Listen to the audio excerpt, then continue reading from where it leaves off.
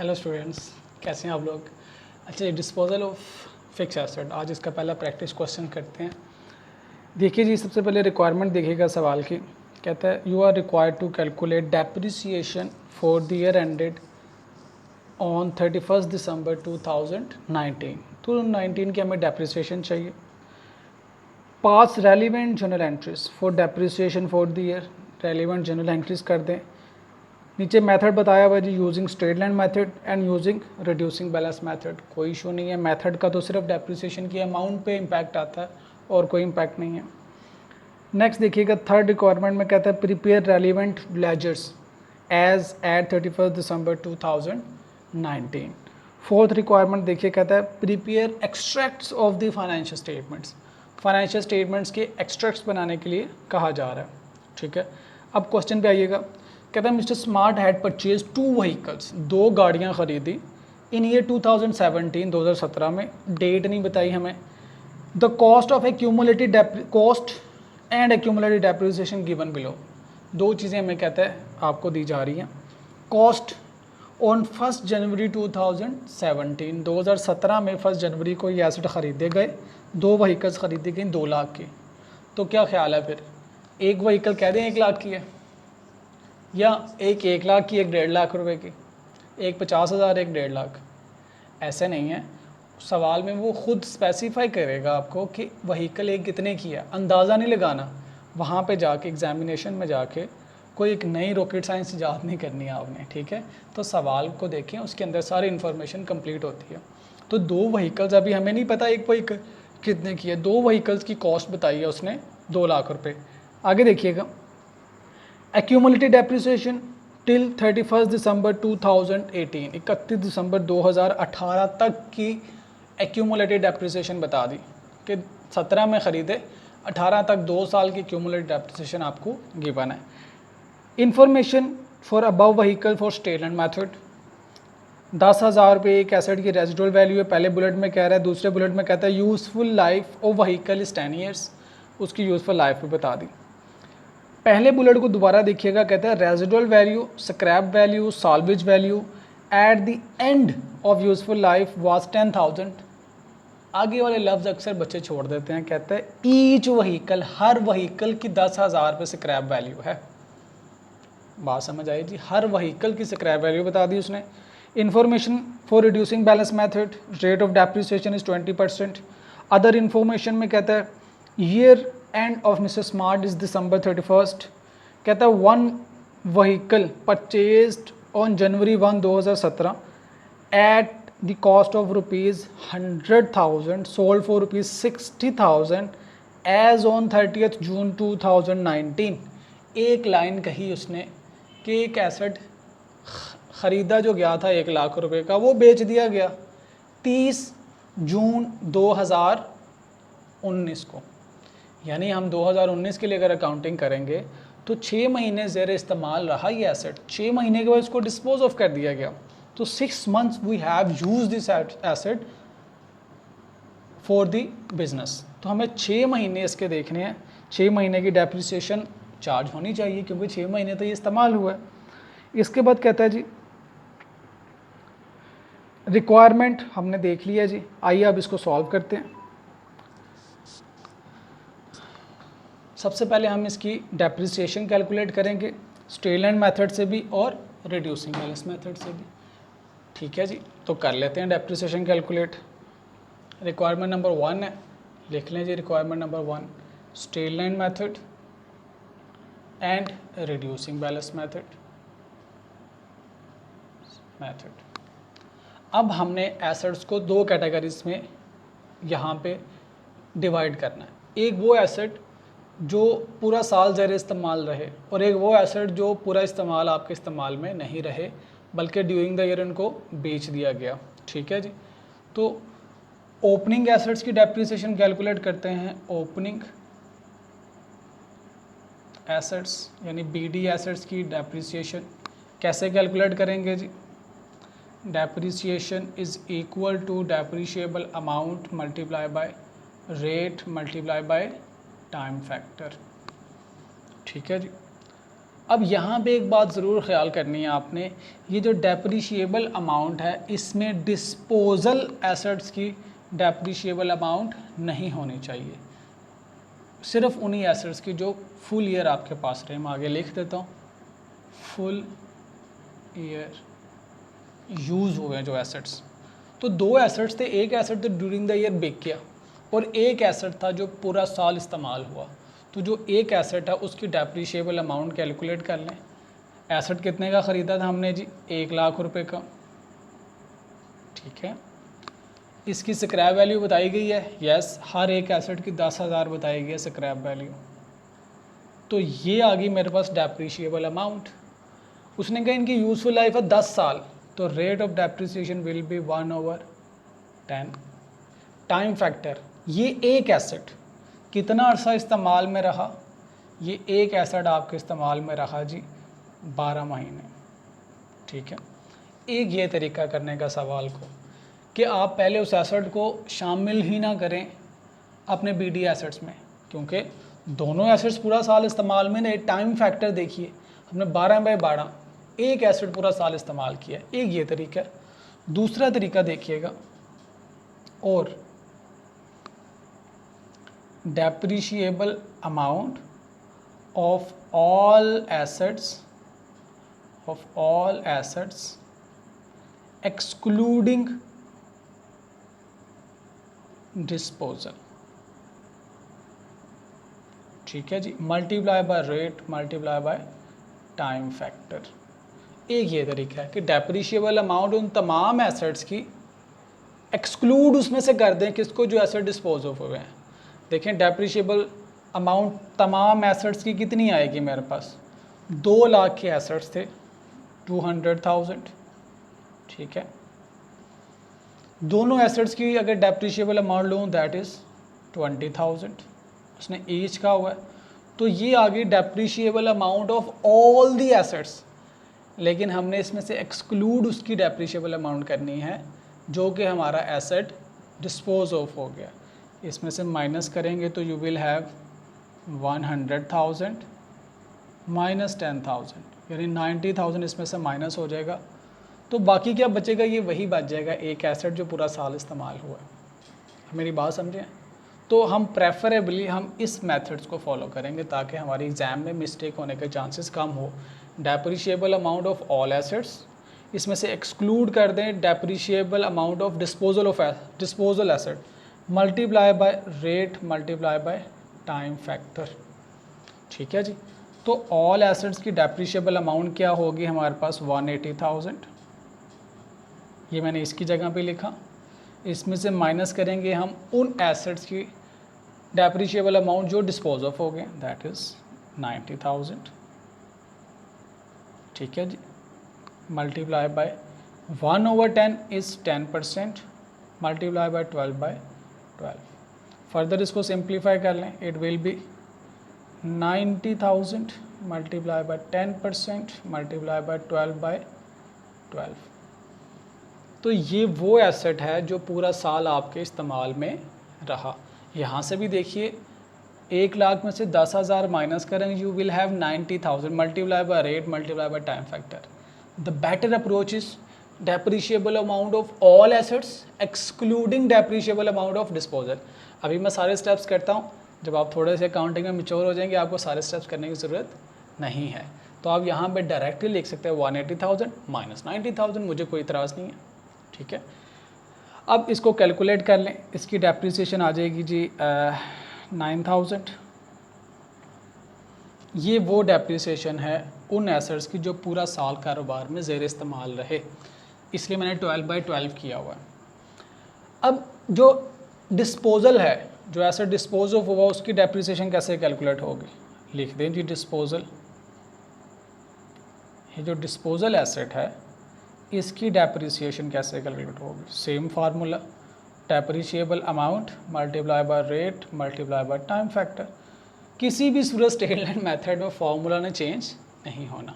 तो जो asset dispose of हुआ है वो ये एसेट डिस्पोज ऑफ हुआ है, इसकी डेप्रिशिएबल अमाउंट कितनी है? इसमें से इसको माइनस करें, इट्स 90,000। ये डिस्पोज ऑफ जो हुआ उसकी डेप्रिशिएबल अमाउंट है, जो एसेट डिस्पोज ऑफ हुआ, ये एसेट डिस्पोज ऑफ हुआ है, 1,00,000 रुपये का एसेट था, 10,000 रुपये उसकी स्क्रैप वैल्यू थी, तो डेप्रीशिएबल अमाउंट इज़ 90,000। ये जो डिस्पोज ऑफ हुआ उसकी डेप्रीशिएबल अमाउंट आ गई, multiply by rate is 10%, multiply by time factor, कब डिस्पोज ऑफ हुआ, देखिएगा सवाल में लिखा हुआ है 30 जून को डिस्पोज ऑफ हुआ। तो हमने इस एसेट को कितना अर्सा इस्तेमाल किया, हमने सिर्फ 6 महीने इस्तेमाल किया। तो हम एंट्री क्या करेंगे, 6 टाइम फैक्टर क्या लेंगे, 6/12। तो अब आपको ये बात समझ आई, हमने सारे एसेट्स में से डिस्पोजल को क्यों एक्सक्लूड किया, क्योंकि उसके साथ टाइम फैक्टर है 6/12, वो 6 महीने इस्तेमाल हुआ है, उसकी 6 महीने की डेप्रिसिएशन है, इसलिए हमने उसको अलग कर दिया। अब इसकी डेप्रिसिएशन कैलकुलेट करें, यू विल हैव, इसकी हाफ आ जाएगी, दैट इज़ 4,500। तो पूरे साल की डेप्रिसिएशन कितनी हो जाएगी, इन दोनों को ऐड करेंगे, इट विल बी 13,500। ये पूरे साल की डेप्रिसिएशन है, डेप्रिसिएशन फॉर द ईयर। ये आपसे पहले रिक्वायरमेंट की गई थी, पूरे साल की डेप्रिसिएशन कैलकुलेट कर दें। इतनी देर की कैलकुलेशन का क्रस्ट क्या है कि हमने जो एसेट डिस्पोज ऑफ हुए हैं ड्यूरिंग द ईयर, पिछले सालों में ख़रीदे, इस साल में डिस्पोज ऑफ किए, तो उसको ओपनिंग में से निकाल दें, क्योंकि ज़रूरी नहीं है कि वो 12 महीने इस्तेमाल हुआ हो, वो आम तौर पे कम अरसा इस्तेमाल होता है, during the year dispose of हुआ है तो कम महीने इस्तेमाल हुआ है, तो जितने महीने इस्तेमाल हुआ है उसका टाइम फैक्टर अप्लाई होना है, इसलिए हमने इसमें से ओपनिंग में से इसको एक्सक्लूड कर दिया। और ओपनिंग में से डिस्पोजल वाले एक्सक्लूड हो गए, तो बाकी कौन से रह गए, जो डिस्पोजल नहीं हुए, जो पूरा साल इस्तेमाल हुए कारोबार में, तो वो कौन से हैं, 90,000। अनफॉर्चुनेटली एसेट्स की वैल्यू सेम है, सेम व्हीकल्स ख़रीदी हुई है, ज़रूरी नहीं है कि दोनों जगहों में 90,000 आ जाए, ये फॉर्चुनेटली 90,000 आया।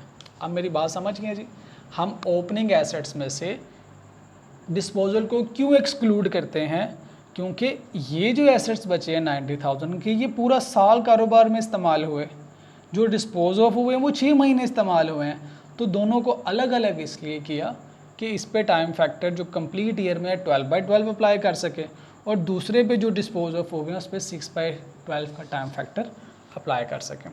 ठीक है जी, तो ये स्ट्रेटलाइन मेथड से हमने इसकी डेप्रिसिएशन कैलकुलेट कर ली। अब आइएगा रिड्यूसिंग बैलेंस मेथड, इससे डेप्रिसिएशन कैलकुलेट कर लें। सबसे पहले हम बीडी एसेट्स की करेंगे जी। हमारे पास फार्मूला क्या है सब्सीक्वेंट ईयर्स की डेप्रिसिएशन कैलकुलेट करने का, बीडी एसेट्स है ना, पिछले साल से चलते हुए आ रहे हैं, इनका सब्सीक्वेंट ईयर है, तो depreciation is equal to net book value of the assets multiply by rate multiply by time factor, ये फार्मूला है। लेकिन जब डिस्पोजल हो गया तो मैं यहाँ पे लिखूँगा net book value of all BD assets excluding, किसको एक्सक्लूड करना है जी, एक्सक्लूडिंग डिस्पोजल, जो एसेट डिस्पोज हो गए उसको एक्सक्लूड कर दें, तो बाकी नेटवर्क वैल्यू उन एसेट्स की रह जाएगी जो पूरा साल इस्तेमाल हुए, multiply by rate multiply by time factor. अच्छा जी, क्यों डिस्पोजल को क्यों अलग कर रहे हैं, क्योंकि डिस्पोजल पे जो टाइम फैक्टर अप्लाई होना है माइट बी पॉसिबल वो 12/12 ना हो, तो यहाँ पे हम सबसे पहले उन एसेट्स की डेप्रिसिएशन कैलकुलेट कर रहे हैं जो पूरा साल कारोबार में ज़ेर इस्तेमाल रहे। तो फुल ईयर कौन से एसेट इस्तेमाल रहे जो डिस्पोज ऑफ नहीं हुए, पिछले सालों में ख़रीदे लेकिन इस साल में भी डिस्पोज ऑफ नहीं हुए, तो उन एसेट्स को अलग कर लें। देखिए जी, सवाल में देखिएगा, हमें ओपनिंग डेट की कॉस्ट गिवन है 2 लाख रुपए, हमें डेप्रिसिएशन भी गिवन है दैट इज़ 36,000। 2 लाख रुपए में 36,000 माइनस करेंगे तो हमारे पास क्या आ जाएगी, net book value of all assets. मैं लिख देता हूँ यहाँ पे जी आपको समझाने के लिए, क्योंकि हमने एक्सक्लूड करना है। 200,000 is the cost of all assets, इसमें से accumulated depreciation of all assets minus करें दैट इज़ 36,000। ठीक है जी, तो ये मेरे पास आ गई net book value of all assets, all assets मतलब दोनों व्हीकल्स की। इसमें से हमने डिस्पोजल को एक्सक्लूड करना है। सर क्यों एक्सक्लूड कर रहे हैं, क्योंकि इस पर टाइम फैक्टर 12/12 नहीं लगना, ठीक है जी। इसमें से डिस्पोजल को एक्सक्लूड करें। डिस्पोजल का जो एसेट है उसकी नेट बुक वैल्यू कितनी थी, वो था जी 1 लाख का, ख़रीदा था हमने, ठीक है। अब ये सवाल सिंपल है, इसके लिए हमने एक अलग वर्किंग करना सीखनी है। वरना डिस्पोजल की क्यूमुलेटिव डेप्रिसिएशन कैसे आएगी, चलें यहाँ पे मैं एक वर्किंग बना देता हूँ। इसकी वर्किंग बनाते हैं जी, क्यूमुलेटिव डेप्रिसिएशन कैसे कैलकुलेट करेंगे डिस्पोजल की, और हम ये इंशाल्लाह WDV मेथड में इसी तरह से ही कैलकुलेट किया करेंगे। लिख दीजिए सबसे पहले, इसके लिए वर्किंग बना लेते हैं, वर्किंग नंबर 1, ठीक है जी। कॉस्ट ऑफ एसेट कितनी थी हमारे पास, 1 लाख रुपए का एसेट था जी जब ख़रीदा था, ठीक है। कब ख़रीदा था, 01/01/17 में ख़रीदा था हमने इसको। पहला पूरा साल इसको डेप्रिशिएट किया हमने, इस्तेमाल किया, तो इसकी डेप्रिसिएशन कैसे आ जाएगी, रिड्यूसिंग बैलेंस मेथड है, तो पहले साल कॉस्ट पे रेट अप्लाई करते हैं। This is the cost 1 lakh, इसके ऊपर रेट अप्लाई करेंगे 10%, तो you will have depreciation of ₹10,000, ठीक है जी। ये मैंने कैसे की, 1 लाख के ऊपर 10% रेट अप्लाई किया, मल्टीप्लाई बाय 12 डिवाइडिंग बाय 12। चलें कर देता हूँ, 100,000 मल्टीप्लाई बाय 10% मल्टीप्लाई बाय 12 किया, तो मेरे पास ये डेप्रिसिएशन आ गई पहले साल की। पहले साल के एंड पे इसमें से डेप्रिसिएशन माइनस करेंगे, you will have 90,000। This is your net book value. ये किस डेट की है, 31/12/18 की, ठीक है। अभी 17 में ख़रीदा था, 31/12/17। अब एक साल अभी हमने और इस्तेमाल किया, तो दूसरे साल की डेप्रिसिएशन कैलकुलेट करें। हमें पता है दूसरे साल की डेप्रिसिएशन नेट बुक वैल्यू पर रेट अप्लाई करते हैं, तो 90,000 मल्टीप्लाई बाय 10%, पूरा साल इस्तेमाल हुआ है तो 12/12, तो अगेन इसकी डेप्रिसिएशन आ जाएगी, दैट इज़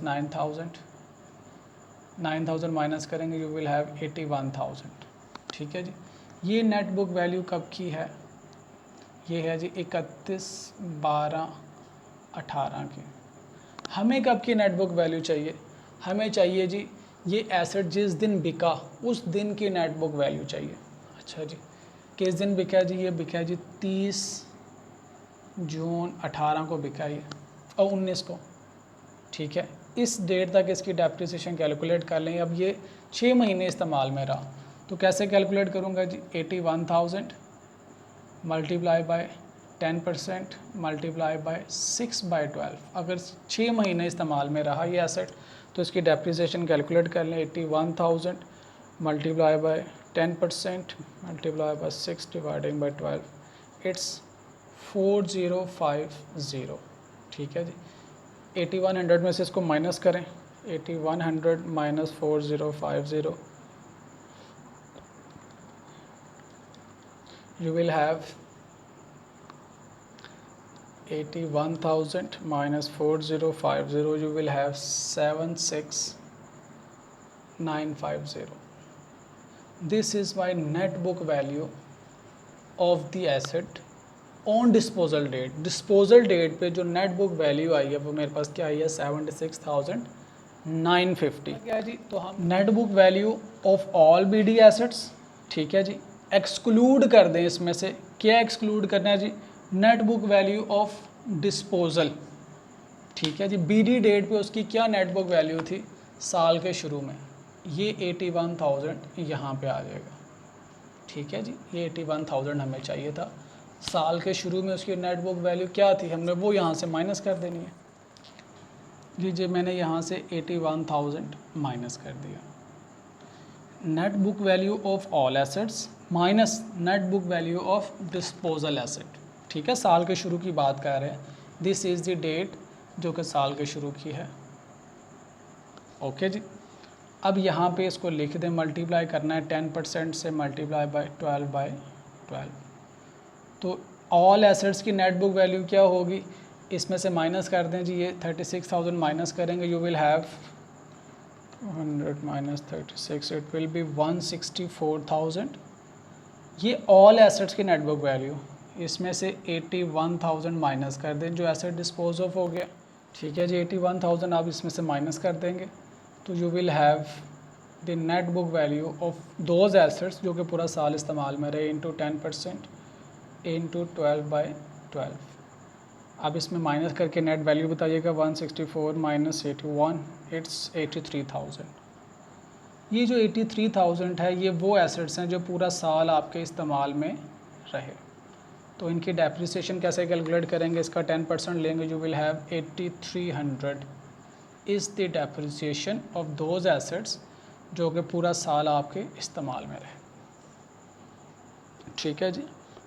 अब डिस्पोजल की डेप्रिसिएशन कैलकुलेट कर लेते हैं जी। डिस्पोजल वैसे तो हमने कैलकुलेट कर ली है, ये देखें आई है 4050। कर लेते हैं साल की शुरू की जो WDV थी, ये इसको ले लें यहाँ पे। डेप्रिसिएशन इज़ इक्वल टू 8100 साल के शुरू की WDV मल्टीप्लाई बाय रेट कितना है जी 81,000 multiply by 10% multiply bye 6/12। You will have, ये भी हमने कैलकुलेट किया 4050।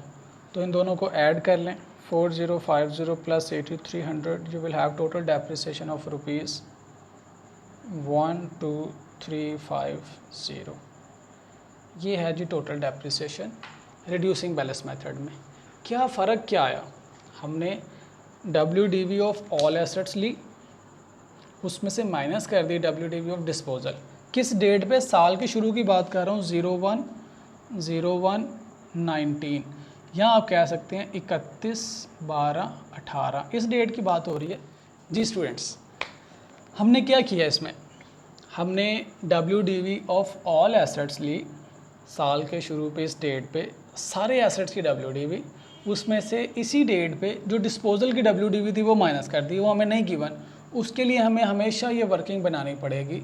इस वर्किंग से हम क्या करेंगे, जिस दिन एसेट ख़रीदा वहाँ से शुरू हो जाएंगे, जिस दिन बिका वहाँ तक आपने स्केजुअल को लेके आना। ठीक है जी। ये इंशाल्लाह हम एक दो सवाल और प्रैक्टिस करेंगे तो आपको ये अच्छी तरह से समझ आ जाएगा, परेशान नहीं होना आपने।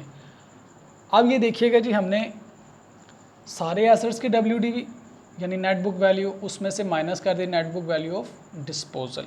ठीक है जी। तो हमारे पास रिमेनिंग वो एसेट्स आ गए 83,000 जो पूरा साल इस्तेमाल में रहे, तो उसके ऊपर रेट 10% और फैक्टर 12/12। अब जो एसेट डिस्पोजल हुआ साल के शुरू में, उसकी बुक वैल्यू थी 81,000। ठीक है, 10% रेट अप्लाई किया, साथ में टाइम फैक्टर क्या अप्लाई किया 6/12। जिस दिन डिस्पोजल हुआ तब तक की डेप्रिसिएशन कैलकुलेट की, दैट इज़ 4050। इन दोनों को ऐड किया, we have 12,350 depreciation for the year under the method of reducing balance method. ठीक है जी। अब इसकी अकाउंटिंग करते हैं। हमने ये वर्किंग बनाई थी जो एसेट डिस्पोज ऑफ हुआ है रिड्यूसिंग बैलेंस मेथड में, उसके लिए ये हमने डेप्रिसिएशन कैलकुलेट की थी फॉर द ईयर डेप्रिसिएशन, ये फॉर द ईयर डेप्रिसिएशन। अब हमने करनी है इसकी अकाउंटिंग। ठीक है जी। डेप्रिसिएशन की अकाउंटिंग क्या है, हमने पढ़ी हुई है, depreciation expense debit accumulated depreciation credit. ठीक है जी, ये हमारी अकाउंटिंग है।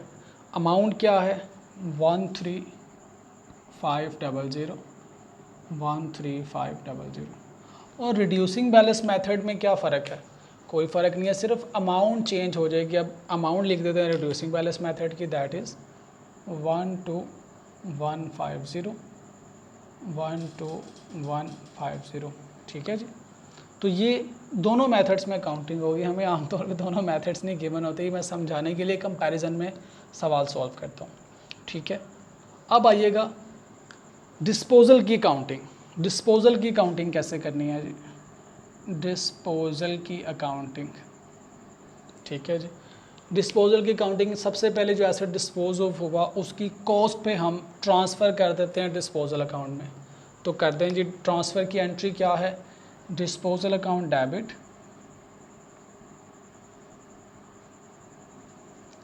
And vehicle account credit.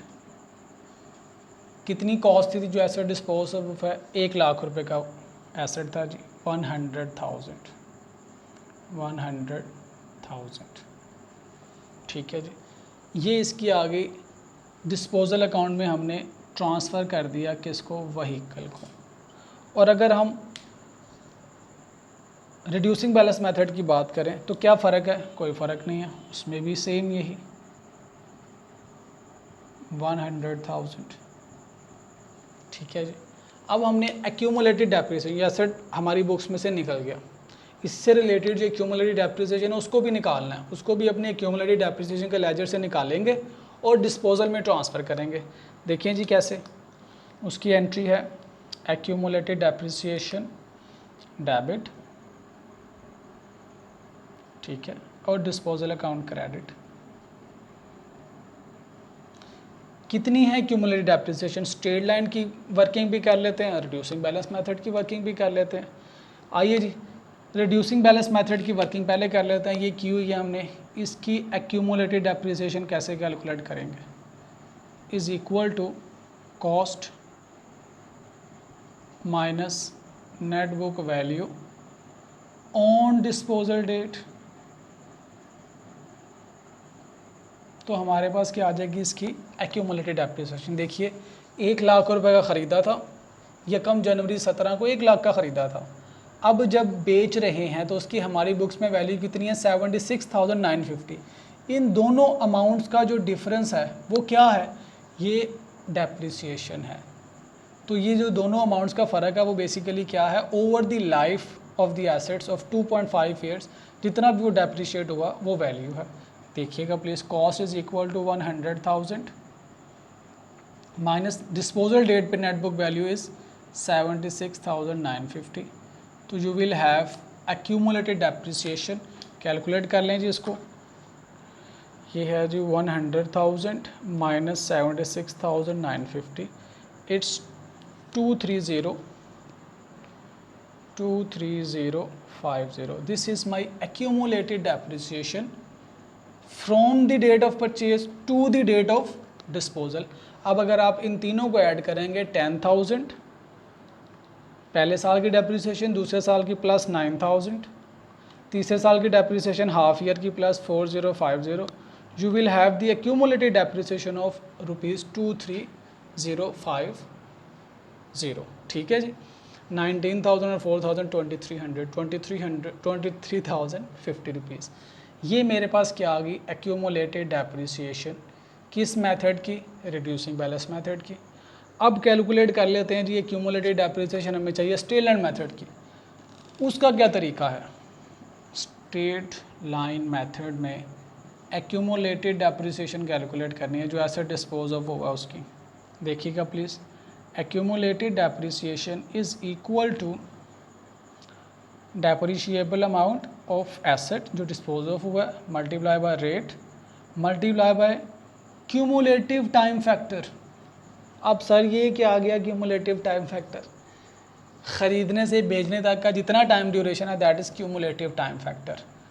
Asset हमने ख़रीदा था 1 लाख का, उसकी स्क्रैप वैल्यू थी 10,000, ये आ गई उसकी डेप्रिशिएबल अमाउंट। Rate was 10%। ख़रीदने से बेचने तक कितने महीने इस्तेमाल किया? पहला साल 12 महीने, दूसरा साल 12 महीने, तीसरा साल 6 महीने के बाद बेच दिया, तो तीसरे साल में 6 महीने, तो 30 मंथ 30/12 2.5 साल इस्तेमाल किया गया। This is my cumulative time factor. ठीक है जी, depreciable amount is 90,000 multiply by 10% multiply by cumulative time, तो इसकी क्यूमुलेटिव डेप्रिसिएशन आ जाएगी 90.1 into 30 dividing by 12, it's 22,500। This is my accumulated depreciation under straight line method. तो आज हमने accumulated depreciation of disposal asset करना सीखी, ख़रीदने से लेके बेचने तक। जिस दिन ख़रीदा वहाँ से लेके जिस दिन बेचा हमने एक्यूमुलेटेड डेप्रिसिएशन को कैलकुलेट करना सीख लिया। ठीक है जी, अब इस एंट्री में आइएगा। स्ट्रेट लाइन मेथड में कितनी है एक्यूमुलेटेड डेप्रिसिएशन? 22,500 22,500 ये आ गई स्ट्रेट लाइन मेथड में। अब रिड्यूसिंग बैलेंस मेथड में एंट्री यही है, अमाउंट क्या है इसकी? ये है जी 23,050। तो लिख दें जी 23,050 23,050। अब देखना आखिरी एंट्रीज की होगी डिस्पोजल में कैश की। कैश कितना मिला? देखिए जी, हमने एसेट को बेचा 60,000 का। ठीक है जी, तो लिख दें जी कैश की एंट्री भी कर दें, कैश डेबिट डिस्पोजल क्रेडिट। ठीक है जी, 60,000 का बेचा है तो लिखते हैं 60,000।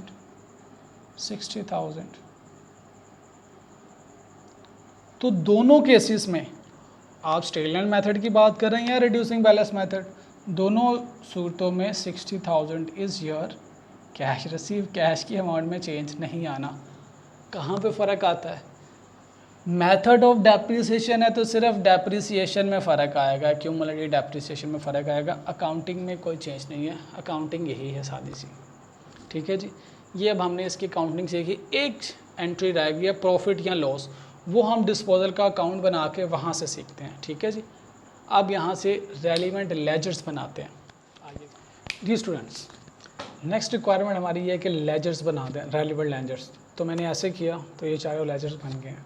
ठीक है जी, हमने जनरल एंट्रीज कर ली, यानी अकाउंटिंग कर ली। अकाउंटिंग के बाद आगे कुछ काम नहीं है, असल चीज़ अकाउंटिंग और कैलकुलेशन है। ये लेजर्स में तो सिर्फ अमाउंट उठा के पोस्ट करनी है, आपके लिए बनाने पड़ते हैं मुझे, नहीं तो मैं ना बनाऊँ। अच्छा जी, disposal of property plant equipment पढ़े थे हमने डेप्रिसिएशन की एंट्री की। देखिएगा ज़रा, स्ट्रेट लाइन मेथड के सबसे पहले मैं लेजर्स बना रहा हूँ फॉर स्ट्रेट लाइन मेथड। इसके बाद हम रिड्यूसिंग बैलेंस मेथड के लिए भी बनाएंगे। देखिए, सबसे पहले हमने डेप्रिसिएशन की एंट्री की स्ट्रेट लाइन मेथड में। क्या एंट्री थी? Depreciation debit, accumulated depreciation credit. Entry देखिएगा please, depreciation debit, accumulated depreciation credit. तो डेप्रिसिएशन को डेबिट कर दें, इट्स 13,500। क्यों जी डेप्रिसिएशन डेबिट हो रही है? Because of accumulated depreciation. ठीक है, एक्यूमुलेटेड डेप्रिसिएशन देखिए क्रेडिट हो रही है। क्यों जी? लिख देते हैं पहले क्रेडिट साइड पे 13,500। क्यों क्रेडिट हो रही है? Because of depreciation. ठीक है, ये तो हमने एंट्री कर दी। क्या इनमें से किसी लेजर का ओपनिंग बैलेंस होना चाहिए? डेप्रिसिएशन का कोई ओपनिंग बैलेंस नहीं, डिस्पोजल का कोई ओपनिंग बैलेंस नहीं, व्हीकल का ओपनिंग बैलेंस होना चाहिए। हाँ, अगर पिछले साल कुछ व्हीकल्स थी तो ओपनिंग बैलेंस होना चाहिए। कहाँ से मिलेगा? देखिए सवाल में आपको गिवन है, क्वेश्चन में देखिए लिखा हुआ है कॉस्ट 01/01/2017 कॉस्ट लिखी हुई है।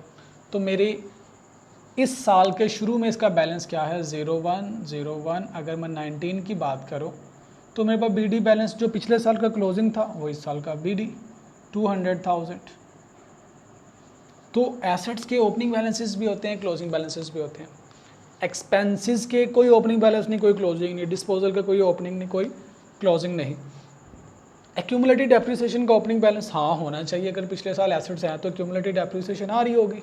देखिए सवाल में हमें 31 दिसंबर 2018 का एक्यूमुलेटेड डेप्रिसिएशन का बैलेंस मिला था। अगर 31 दिसंबर 2018 है तो मैं कह सकता हूँ दिस इज़ 01/01/19। ठीक है, पिछला दिन, साल का पिछला दिन और अगला दिन एक ही बात है जी। पिछले साल का क्लोजिंग, अगले साल का ओपनिंग। इसमें लिखूंगा जी मैं बीडी बैलेंस। पिछले साल से ब्रोड डाउन किया, कितना बैलेंस था? इट वाज 36,000, लिख दिया। हाँ जी, नेक्स्ट एंट्री क्या थी? इसके बाद थी हमारी डिस्पोजल की एंट्रीज। पहली डिस्पोजल की एंट्री देखिएगा, transfer of vehicle into disposal account. Entry देखिएगा क्या था? Disposal account debit, vehicle account credit. आइएगा, अब मैं व्हीकल अकाउंट जो डिस्पोज ऑफ हो गया उसको ट्रांसफ़र कर रहा हूँ। कॉस्ट पे कितनी कॉस्ट थी उसकी? 100,000 बताई गई है क्वेश्चन में। 2 लाख की व्हीकल, 2 व्हीकल्स थी, एक डिस्पोज ऑफ होगी। जब खरीदी थी तो डेबिट, जब बेची तो क्रेडिट।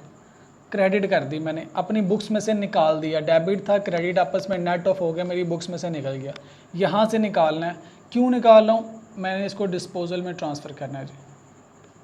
ठीक है जी, व्हीकल को मैंने क्रेडिट किया, डिस्पोजल में ट्रांसफ़र कर दिया, यानी डिस्पोजल क्या हो जाएगा? डेबिट 100,000 से।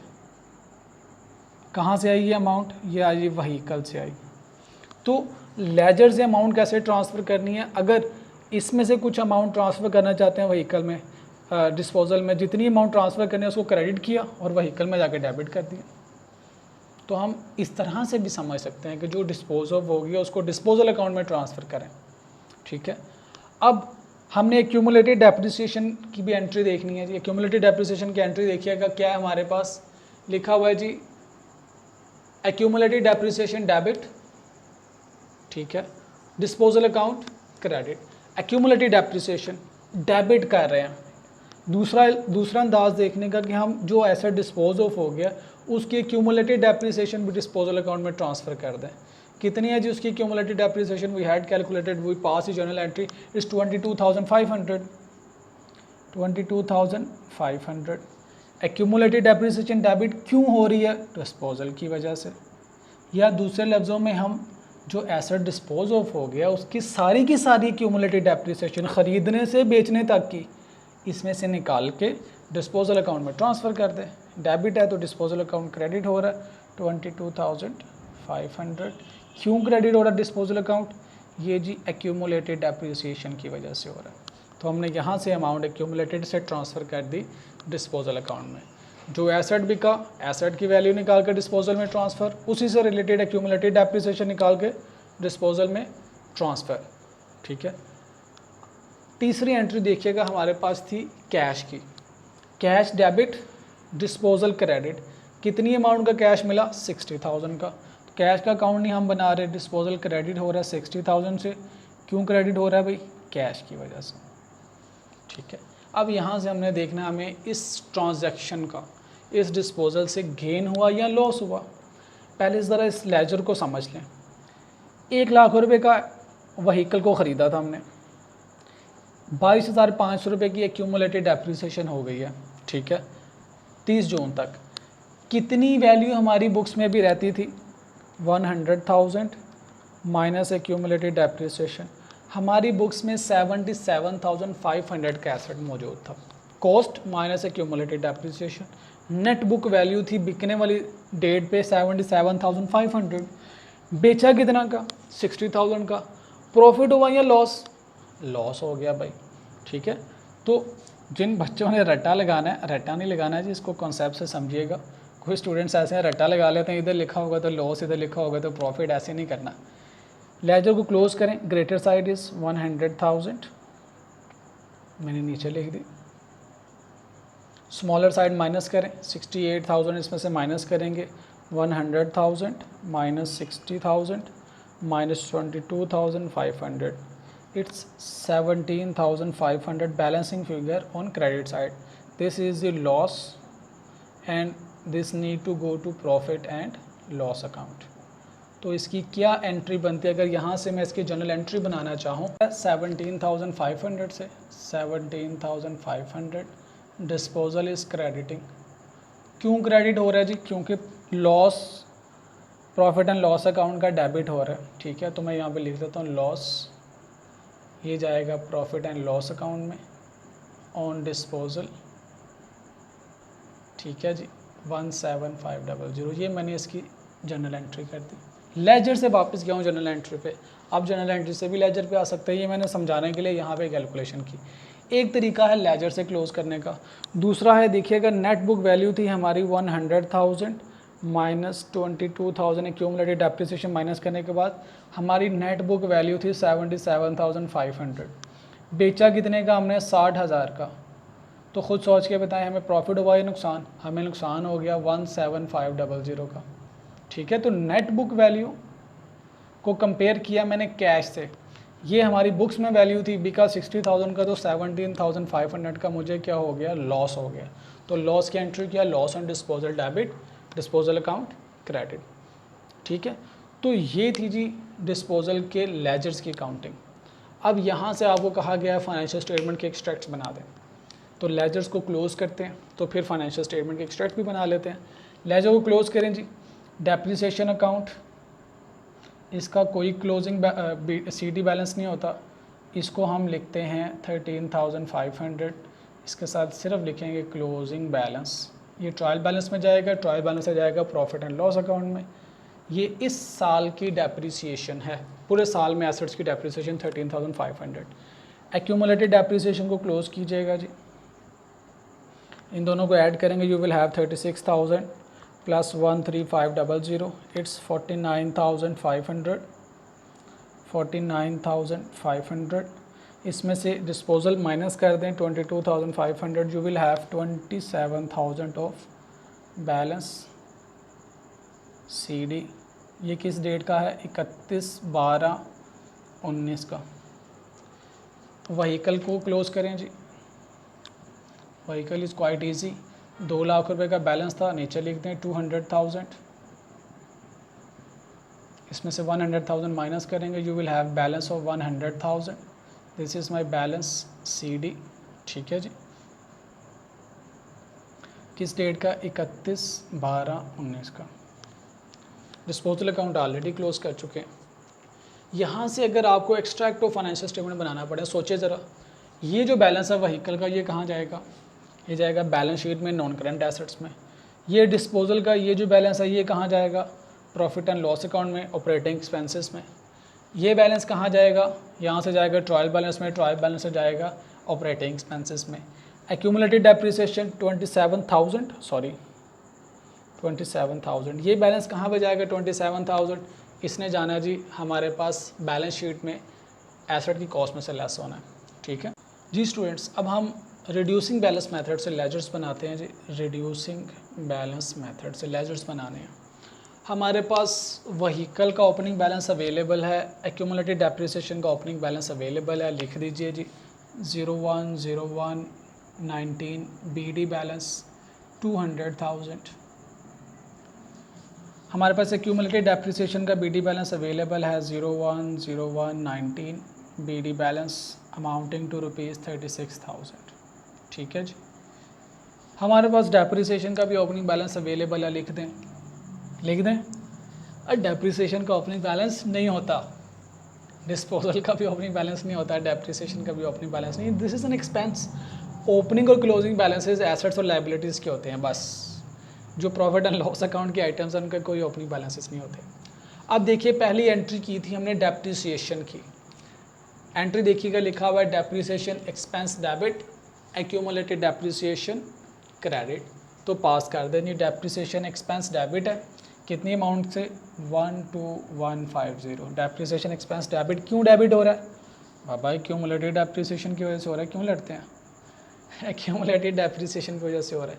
एक्यूमुलेटेड डेप्रिसिएशन क्रेडिट हो रही है, कितनी अमाउंट से? 12150। क्यों हो रही है? डेप्रिसिएशन की वजह से हो रही है। ओके, अब करते हैं डिस्पोजल की एंट्रीज। डिस्पोजल में देखिएगा, एसेट हमारा डिस्पोज ऑफ हुआ है, तो उस एसेट को, उस व्हीकल को व्हीकल अकाउंट से निकालें, डिस्पोजल अकाउंट में ट्रांसफ़र कर दें।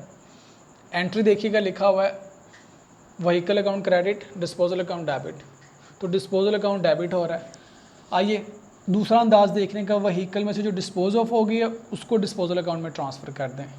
कितनी कॉस्ट थी उसकी एसेट की? That was 100,000। व्हीकल ये क्या हो गई है? Dispose of. इसको ट्रांसफ़र कर दें डिस्पोजल में। इसकी डेट भी लिख दीजिएगा 30 जून 2019। यहाँ से क्रेडिट किया, डेबिट किया हो रहा है डिस्पोजल अकाउंट 100,000 से। ठीक है, क्यों डेबिट हो रहा है जी? ये व्हीकल अकाउंट से कॉस्ट आ रही है। दूसरी एंट्री देखिएगा, हमने एक्यूमुलेटेड डेप्रिसिएशन कैलकुलेट की है। एंट्री देखिएगा क्या है? Accumulated depreciation debit, vehicle account credit. कितनी अमाउंट की एक्यूमुलेटेड डेप्रिसिएशन है? 23050, 23050। एक्यूमुलेटेड डेप्रिसिएशन क्यों डेबिट हो रही है जी? डिस्पोजल की वजह से। दूसरा अंदाज देखने का, हम जो एसेट डिस्पोज ऑफ हो गया, ख़रीदने से बेचने तक की उसकी एक्यूमुलेटेड डेप्रिसिएशन इस अकाउंट से निकालेंगे और डिस्पोजल अकाउंट में ट्रांसफ़र कर देंगे। लिख दें जी यहाँ पे कितनी अमाउंट ट्रांसफ़र की है?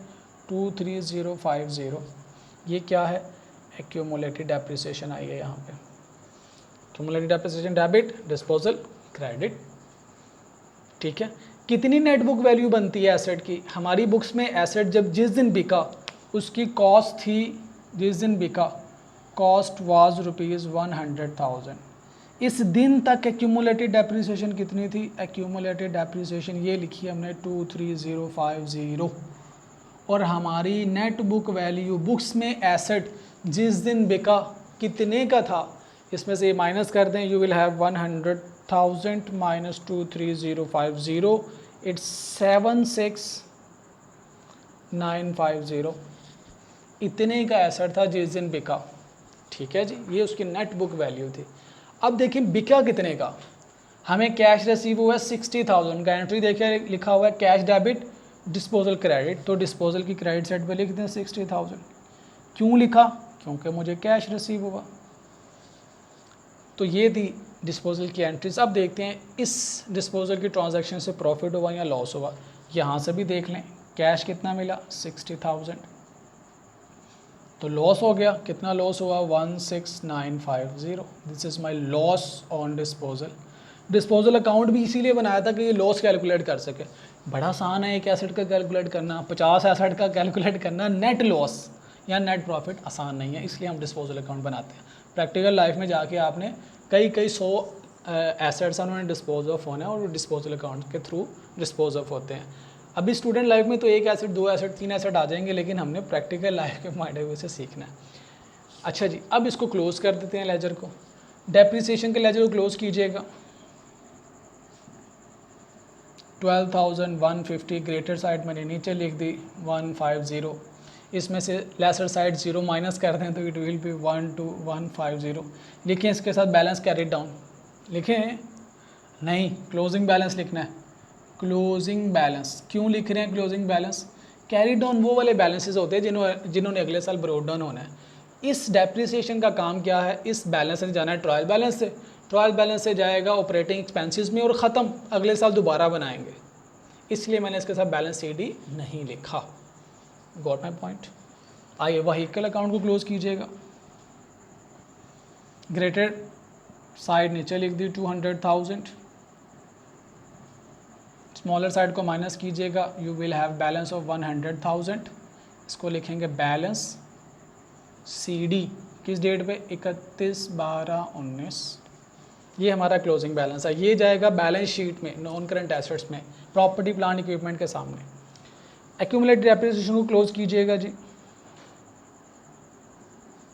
इसको टोटल करें, you will have 36,000 plus 12150, it's 48,150 48,150। इसमें से डिस्पोजल को माइनस कर दें 23,050, it's 25,100। This is my balance CD किस डेट पे? साल के एंड पे। इसने भी जाना है बैलेंस शीट में, एसेट की कॉस्ट में से माइनस हो जाएगा। अच्छा जी, डिस्पोजल अकाउंट को क्लोज करें। लिखिएगा जी 100,000 ग्रेटर साइड नीचे लिख दी, स्मॉलर साइड माइनस करें, you will have 16,950। This is my loss और इस लॉस ने जाना है प्रॉफिट एंड लॉस अकाउंट में। अगर इसकी एंट्री पास करनी हो तो डिस्पोजल क्रेडिट हो रहा है, डिस्पोजल को क्रेडिट कर दें 16,950। डेबिट क्या हो रहा है? लॉस ऑन डिस्पोजल, इसने जाना है प्रॉफिट और लॉस अकाउंट में, that is 16,950। This is the accounting last entry. ये मैंने जर्नल एंट्रीज करते हुए नहीं की थी, डिस्पोजल के साथ समझाइए। अगर आपको कहा जाए लेजर बनाएं तो लेजर से जाके ये एंट्री पास करना पड़ेगी। ठीक है जी। तो दोनों मेथड्स में क्या फ़र्क आया? सिर्फ डेप्रिसिएशन का फ़र्क है भाई मेरे, ना लेजर का कोई फ़र्क है, ना अकाउंटिंग का कोई फ़र्क है, ना फाइनेंशियल स्टेटमेंट्स का कोई फ़र्क है। अकाउंटिंग सेम है। तो मैंने straight line method, reducing balance method साथ साथ इसलिए करवाए ताकि आपके जहन में उन बच्चों की तरह कन्फ्यूजन ना रहे कि जी स्ट्रेटलाइन मेथड पता नहीं कोई और चीज़ है, रिड्यूसिंग बैलेंस मेथड कोई और चीज़ है। हाँ, सिर्फ अमाउंट कैलकुलेट करने की हद तक ये डेप्रिसिएशन के मेथड है, अकाउंटिंग सेम है। Got it? अब आइए दोनों के फाइनेंशियल स्टेटमेंट के एक्सट्रैक्ट्स बनाते हैं। जी स्टूडेंट्स, अब हम बनाएंगे फाइनेंशियल स्टेटमेंट का एक्सट्रैक्ट। आप भी ऐसे करें, आपके पास ये एक्सट्रैक्ट इसी तरह से बन जाएगा। ठीक है। लेजर से क्लोजिंग बैलेंसेस जाते हैं ट्रायल बैलेंस में, ट्रायल बैलेंस से आते हैं फाइनेंशियल स्टेटमेंट्स में। अब हम दरमियान से ट्रायल बैलेंस को हटा रहे हैं, लेजर से डायरेक्ट फाइनेंशियल स्टेटमेंट्स पे आ रहे हैं। ठीक है जी। देखिएगा जी, व्हीकल अकाउंट। अच्छा, व्हीकल क्या? Non current asset, non current asset में आएगा। मैंने ऑलरेडी एक्सट्रैक्ट बना दिया टाइम सेव करने के लिए। व्हीकल का लेजर देखिए, इसके क्लोजिंग बैलेंस में देखिए कितनी अमाउंट आ रही है। You will see ₹100,000। Straight line method की बात कर रहा हूँ जी, 1 लाख रुपये इसका क्लोजिंग बैलेंस आ रहा है। ठीक है। अब स्ट्रेटलाइन मेथड में देखिए एक्यूमुलेटेड बैलेंस, एक्यूमुलेटेड डेप्रिसिएशन का क्लोजिंग बैलेंस देखिए क्या आ रहा है। You will have accumulated balance of ₹27,000। ठीक है जी। और फाइनेंशियल स्टेटमेंट्स में अब ये एसेट्स कितनी वैल्यू के आएंगे? It's 63,000। This is the net book value. Users को बता रहे हैं एसेट एक ही है, 1 लाख का ख़रीदा था, 27,000 इसकी डेप्रिसिएशन है। अब इसकी नेट बुक वैल्यू कितनी है? 63,000। ये किस डेट की फाइनेंशियल स्टेटमेंट्स हैं? As on 31/12/2019। ठीक है, दिस इज़ द एक्सट्रैक्ट, यानी इसलिए रेलिवेंट चीज़ें बनाते हैं फाइनेंशियल स्टेटमेंट्स में, तो बना दी, कोई इशू नहीं है। अब आइए trading and profit and loss account में ऑपरेटिंग एक्सपेंसेस में क्या आना चाहिए। देखिएगा आपने डेप्रिसिएशन लेजर का क्लोजिंग बैलेंस क्या है, डेप्रिसिएशन फॉर द ईयर, इसने जाना था ट्रायल बैलेंस है, ट्रायल बैलेंस जाना फाइनेंशियल स्टेटमेंट में। क्या है जी ट्रायल बैलेंस में, लेजर में closing balance? You have depreciation of ₹13500, तो लिख दें ऑपरेटिंग एक्सपेंसेस में डेप्रिसिएशन 13500। ठीक है जी, बस अभी नहीं। डिस्पोजल पे गेन हुआ या लॉस वो भी देखिएगा। डिस्पोजल अकाउंट में देखें, we have the loss of ₹17,500, तो लॉस है तो एक्सपेंसेस में आ जाएगा, लॉस ऑन डिस्पोजल। कितना लॉस हुआ? 17,500। This is the extract of the financial statements. मुश्किल है? इंतहाई आसान है, कुछ भी नहीं है। असल काम जो था इस पूरे सवाल में वो था डेप्रिसिएशन की अमाउंट कैलकुलेट करना, डिस्पोजल एसेट की एक्यूमुलेटेड डेप्रिसिएशन कैलकुलेट करना। उसके बाद जर्नल एंट्रीज तो वही हैं जो हमने पढ़ी है, लेजर्स भी वही हैं, फाइनेंशियल स्टेटमेंट्स भी वही हैं। असल में जो आपको फोकस करना है, सवाल समझ के सही अमाउंट डेप्रिसिएशन की कैलकुलेट करें और सही अकाउंटिंग यानी जर्नल एंट्री सही करें। लेजर और बैलेंस शीट ये तो जर्नल एंट्री के बाद आसानी से बन जाता है। देखिए ऐसे करें, आपकी भी अमाउंट्स ख़त्म हो जाएंगी। अब देखिएगा reducing balance method. Reducing balance method में व्हीकल अकाउंट का क्लोजिंग बैलेंस तो हमारे पास 1 लाख ही है। लेजर से जाएगा ट्रायल बैलेंस से, ट्रायल बैलेंस से यहाँ पे आ जाना है, तो मैंने लेजर से डायरेक्टली लिख दिया। एक्यूमुलेटेड डेप्रिसिएशन का लेजर देखिएगा, इसका क्लोजिंग बैलेंस क्या है हमारे पास? You will see 25,100। ठीक है जी, तो मैंने बैलेंस यहाँ पे लिख दिया। इसमें से 25,100 माइनस करेंगे, you will have 74,900। This is the net book value as per reducing balance method. Okay, financial statement में कोई चेंज आया? कोई भी नहीं, सिर्फ एक्यूमुलेटेड डेप्रिसिएशन की अमाउंट, क्योंकि डेप्रिसिएशन में चेंज है इसलिए एक्यूमुलेटेड डेप्रिसिएशन भी चेंज है। एक्यूमुलेटेड डेप्रिसिएशन चेंज है तो नेट बुक वैल्यू भी चेंज है। अब आइए जी trading and profit and loss account में डेप्रिसिएशन के लेजर में देखिए डेप्रिसिएशन कितनी थी? इट वाज 12,150, तो लिख दें 12,150। ठहरिए, लेजर से डायरेक्ट फाइनेंशियल स्टेटमेंट में? अरे बाबा 12,150 लेजर में बैलेंस था क्लोजिंग, इसने जाना था ट्रायल बैलेंस में, ट्रायल बैलेंस से आना था इसने ऑपरेटिंग एक्सपेंसेस में, तो मैंने डायरेक्टली लिख दिया। घबराने की बात नहीं है, बस नहीं। लॉस ऑन डिस्पोजल देखिएगा ज़रा, डिस्पोजल अकाउंट में कितना लॉस है हमें रिड्यूसिंग बैलेंस मेथड में? You will see the loss of ₹16,950। लिखते हैं 16,950। तो सर आपने ट्रायल बैलेंस क्यों नहीं बनाया? ट्रायल बैलेंस के बाद भी फाइनेंशियल स्टेटमेंट्स बनानी होती है, मेरे पास ट्रायल बैलेंस की रिक्वायरमेंट नहीं है तो मैं नहीं बना रहा। तो लेजर के क्लोजिंग बैलेंसेस से मैंने डायरेक्टली फाइनेंशियल स्टेटमेंट्स बना लिए। ठीक है जी, क्योंकि क्लोजिंग बैलेंसेस ने ट्रायल बैलेंस में जाना होता है, वहाँ से यहाँ पे आकर टैग हो जाता है, तो मैंने दरमियान में से ट्रायल बैलेंस की लेयर ख़त्म करके डायरेक्टली टैग कर दिया। तो this is the extract of financial statements. समझने वाली बात क्या है, डिस्पोजल करते हुए आपने डिस्पोजल एसेट की डेप्रिसिएशन अलग से कैलकुलेट करनी है। अगर पिछले सालों में एसेट ख़रीदा हुआ और इस साल में डिस्पोज हो रहा है, तो ओपनिंग बैलेंस में स्ट्रेट लाइन मेथड हो या रिड्यूसिंग बैलेंस मेथड हो, तो ओपनिंग जो एसेट्स आ रहे हैं उसमें से डिस्पोजल को अलग कर दें। ठीक है, थैंक यू।